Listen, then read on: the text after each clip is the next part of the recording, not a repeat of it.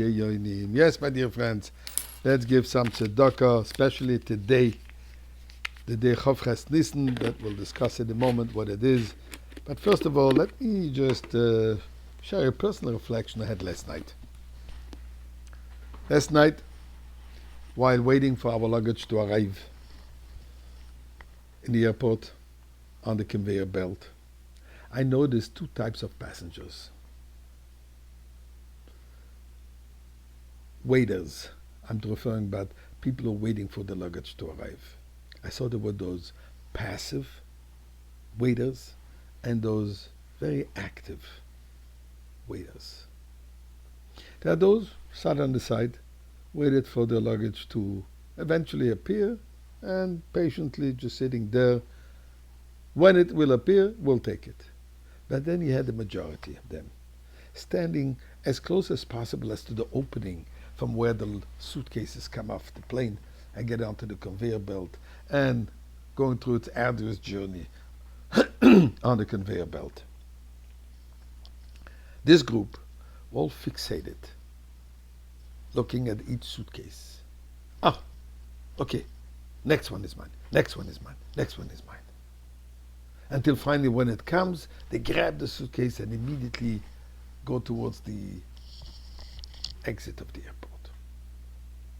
Then it dawned on me, what an amazing Hashgacha Pratis, divine providence, that I noticed all this on the night where exactly 33 years ago to the day, the Rebbe gave this heart-wrenching call.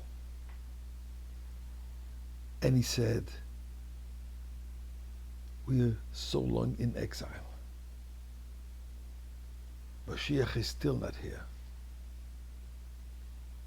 I have done all I can to bring about the revelation of Moshiach. At this point, the only thing left for me is to give it over to you, to each and every one of you. Do whatever you can. Tut alles was ihr kennt, as the Rebbe said, screaming from the depth of his soul. Do everything you can to bring about the final redemption.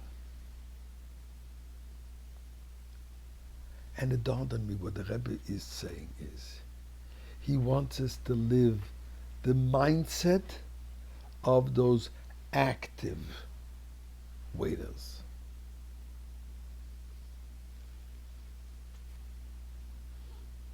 Let me explain a little bit.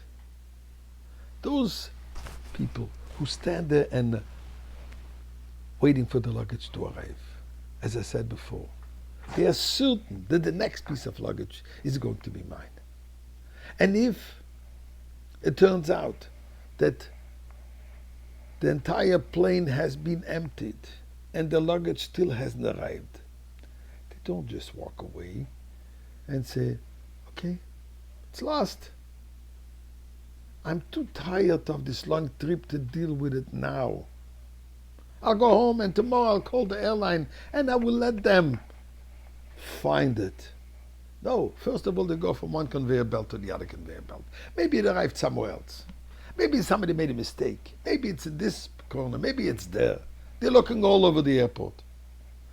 And if it's still not found, they're going to the office, to the lost and found department, describing exactly what the suitcase looked like, what the luggage looked like, detailing the content, and not leaving till they make sure that they found out exactly where it got lost or where it stuck.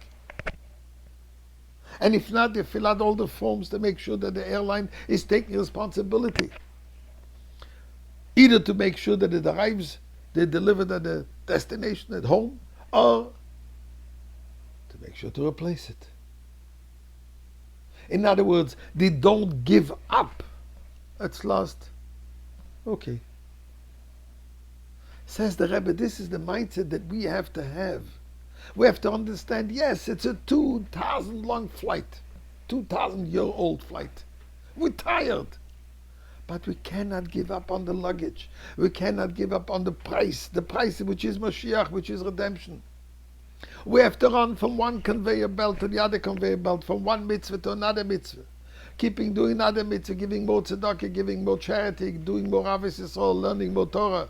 Tuning in to the lost suitcases, tuning into the lost Jews who are not sure which direction of the conveyor belt they should be on. Point them to the right direction. Point them to the exit of exile. That's what the Rebbe is expecting from each one of us. To live accordingly, every moment of the day, until the luggage arrives. And my friends, it is so poignant these days when we see the phenomenal miracles, what's happening in Israel. Thousands of rockets raining down on Israel, and Baruch Hashem, relatively speaking, miraculously, not too much damage. Although every single life lost is a catastrophe. Earthquakes, tsunamis, floods, bridges falling.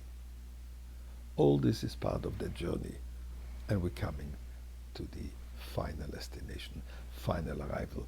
Please Hashem, today.